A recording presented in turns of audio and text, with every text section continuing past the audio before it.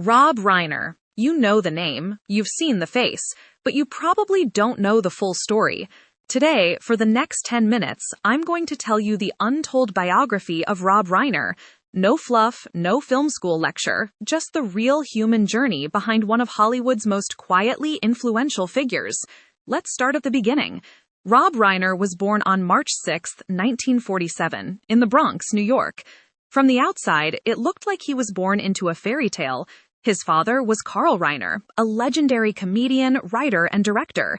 His home was filled with famous faces, sharp jokes, and the sound of people laughing. Imagine growing up in a living, breathing comedy workshop. But here's the twist.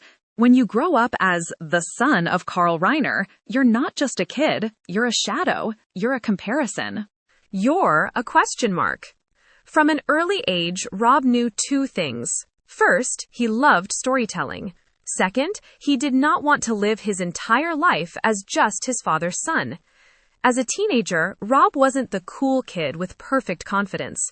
He was the sensitive one, the one who watched people, the one who listened.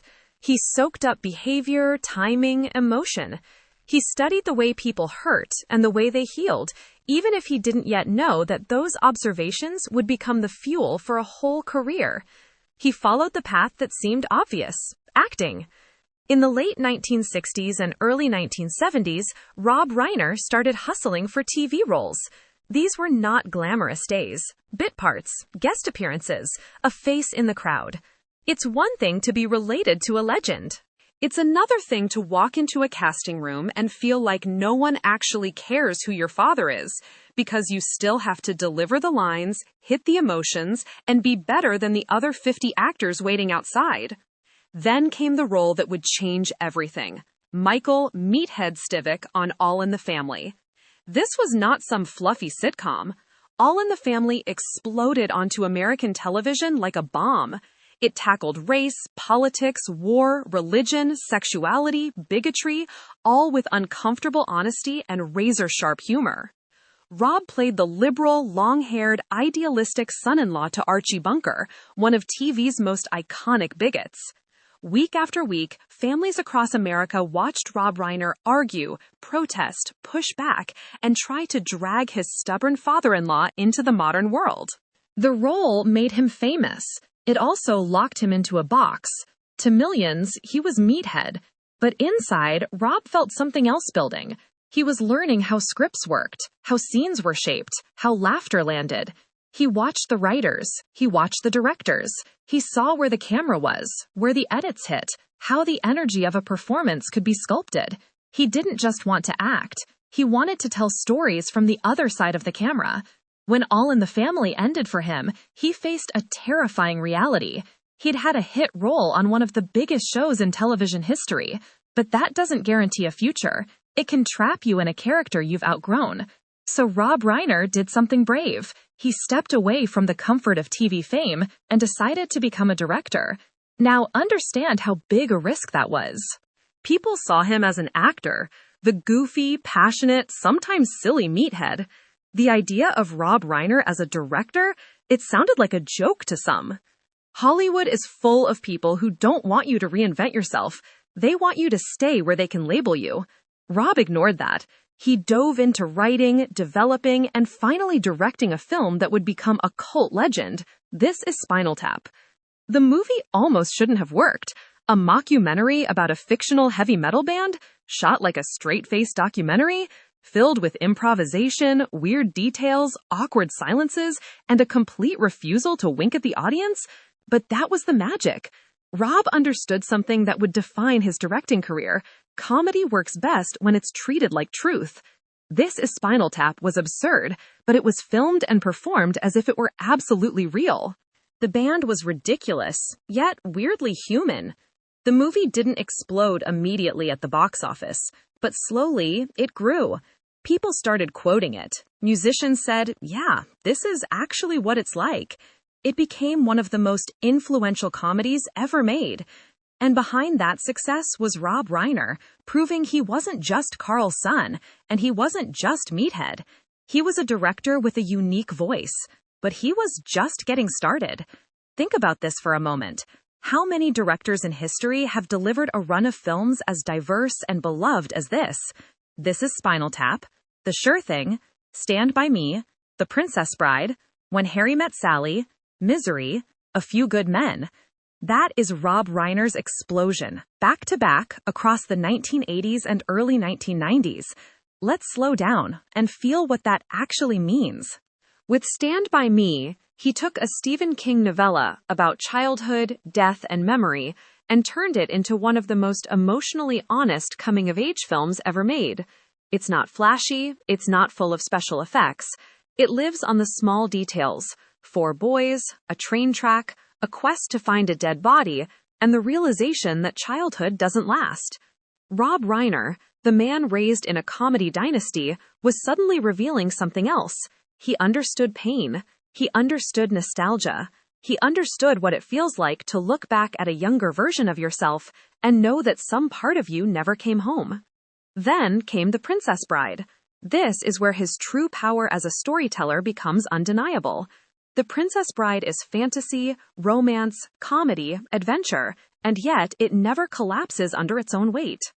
It's whimsical and knowing, timeless and modern, a fairy tale that keeps winking at a generation raised on sarcasm. Lines from that film are still quoted daily, decades later. As you wish. Inconceivable. My name is Inigo Montoya. You know the rest. This wasn't an accident. Rob had an instinct for balance, how to keep heart and humor on the same tightrope. He never let cynicism kill sincerity. He had the guts to be earnest in a world that loves to mock sincerity. Then, When Harry Met Sally, Rob turned a simple question, can men and women be just friends, into a cultural phenomenon. He worked with Nora Ephron's brilliant script, but his direction and his cast created something so truthful that people saw their own relationships on the screen. The diner scene, the fake orgasm, the old couples telling their love stories. Behind the jokes, Rob was exploring loneliness, timing, fear, and the reality that love often arrives wearing the mask of friendship first. Then, with Misery, he took another Stephen King story and stripped away the safety net. No fantasy, no sweetness, just terror, obsession, and a writer trapped in a room with his #1 fan. Rob proved he could handle suspense and psychological horror, not just laughs and warmth. And then, A Few Good Men. Courtrooms, uniforms, morality, power. A young lawyer challenging a brutal system and a terrifying superior officer. That final scene, "You can't handle the truth," is legendary. But listen closely to what's underneath that moment. Rob Reiner is once again questioning authority, just like Meathead once did with Archie Bunker. Only now, the stakes are national, institutional, and deadly serious. At this point, Rob Reiner had done something almost impossible. He became a director who could move seamlessly across genres: mockumentary, teen road comedy, coming-of-age drama, fairy tale adventure, romantic comedy, psychological horror, courtroom thriller, and still leave his fingerprint on every frame. But success in Hollywood is never a straight line. It rises, it peaks, it dips. After this golden era, some of his later films didn't land with the same force. The box office wasn't always kind, critics didn't always cheer, and the culture moved on, chasing new names, new styles, new obsessions. Yet while all that was happening, Rob Reiner was changing in another way. He was becoming more and more vocal about politics, civil rights, and democracy. This wasn't new. The seeds had always been there. He'd grown up around socially engaged artists. He'd played an outspoken liberal on television. He'd told stories about justice and power. But now, instead of just putting those ideas into scripts, he stepped directly into the public arena. He spoke out about issues like marriage equality, voting rights, and government corruption. He supported political campaigns. He became a visible, sometimes polarizing figure. Some people admired his courage. Others told him to shut up and make movies. He didn't. Because for Rob, storytelling and activism are not separate things. They're two forms of the same instinct: to care about what happens to people. Behind the cameras, his life was marked by deep relationships and real loss. He married young, he divorced, he remarried. He adopted a daughter. He raised children in the shadow of fame, just as he'd been raised in the shadow of his father. And then, in 2020, his father, Carl Reiner, passed away at the age of 98.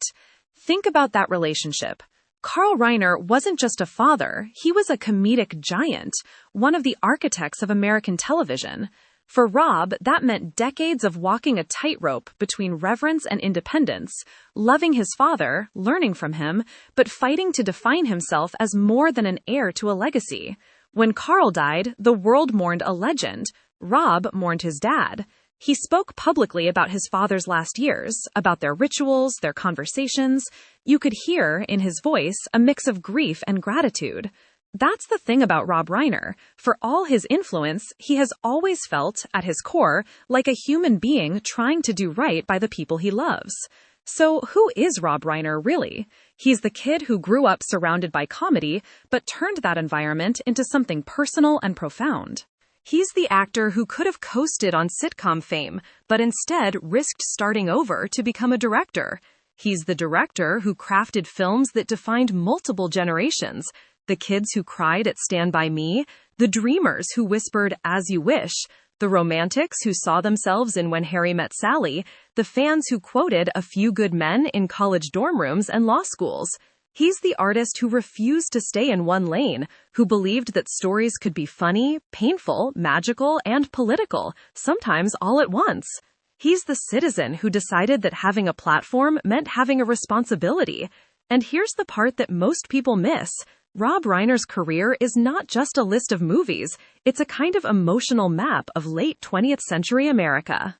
Through his work, you can trace our fears about growing up, our hunger for love, our disillusionment with power, and our permanent, aching desire to believe in something good.